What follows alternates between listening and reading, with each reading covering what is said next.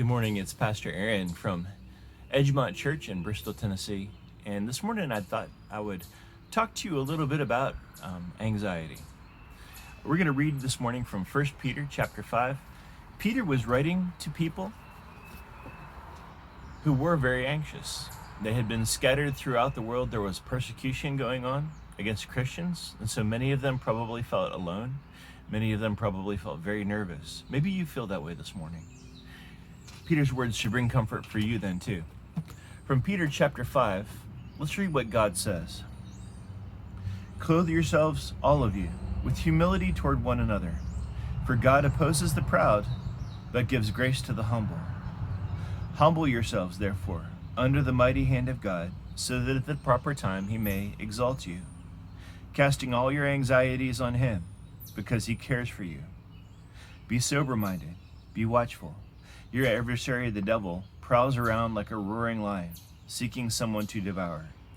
Resist him, firm in your faith, knowing that the same kinds of sufferings are being experienced by your brotherhood throughout the world.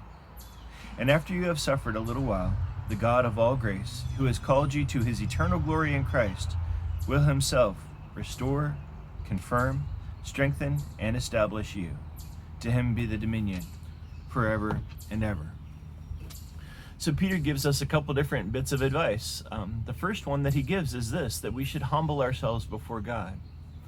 And I know that sometimes that's a difficult application to take when you're feeling afraid or nervous, to humble yourself.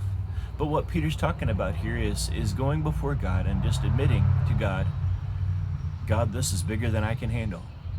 I need you. When we come to before God and we humble ourselves and we admit we need him, both because we're weak and because we're also sinners and don't deserve anything, but we humble our hearts before him, God promises to show us grace. Did you hear that?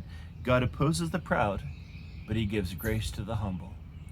So the first bit of advice that Peter gives us is to humble ourselves under God's hand and to look for him to lift us up, to give us grace. The second is this. He says to cast your anxieties on him. In verse 7, he says, casting all your anxieties on him because he cares for you. So as we humble ourselves, it's good for us to come before God and to bring to him those things that are weighing on our hearts. Isn't it a comfort to know that God cares for us? He invites us to come. He invites us to bring before him those things that make us anxious. Sometimes we're afraid to bring our anxiety before God because we're ashamed that we feel anxious about things.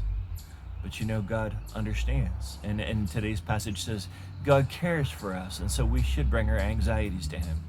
He loves us. A third is this, to be aware that the devil is trying to bring you down. If you are a believer in the Lord Jesus, do understand that the devil wants to discourage you. Although he can never take you away from God, he'll do all that he can to wreck your attitude or to make you worry. He wants you to feel alone. He wants you to feel like no one cares or no one listens. But did you hear what he says? He says, resist him, firm in your faith, knowing that the same kinds of suffering are being experienced by your brotherhood throughout the world. Do understand that. You're not alone. There's other people going through things similar to you. There's other Christians going through things similar to you. And you can take comfort in the fact that you're not alone. God understands you. He cares. And ultimately, he's stronger than the devil. Did you hear that last thing that Peter is encouraging us with? Let me read the verse again. In verse 10, and after you have suffered a little while, the God of all grace, who has called you to his eternal glory in Christ, will himself restore, confirm, strengthen, and establish you. To him be the dominion forever and ever. What he's encouraging us with there, dear friend, is that suffering and anxiety do not get to be the end of the story for you. God, because he loves you, sent Christ for you. And because he sent Christ for you, you are now so securely and firmly within the affection and care of God The suffering will never get to write the end of your story. It may be a chapter for right now. All right, but did you hear what he says? After you have suffered for a little while, God will lift you up. Understand that. You know, it may be in this lifetime. We can understand that. In this lifetime, suffering comes and brings anxiety. But God is able to lift our suffering even in this life if he chooses to do that. If this is the right time for that, he is perfectly able to. And so we can have trust in him and believe that that is possible. Or even if suffering gets to be the last chapter of this earthly life, Christian, understand there's something much better waiting for you. And at the end of the story, he promises for all of us who believe in Jesus that he's going to take us to glory. And in that place, he's promised that there will be no more pain or suffering or mourning or crying or death anymore. So take encouragement from that, friend.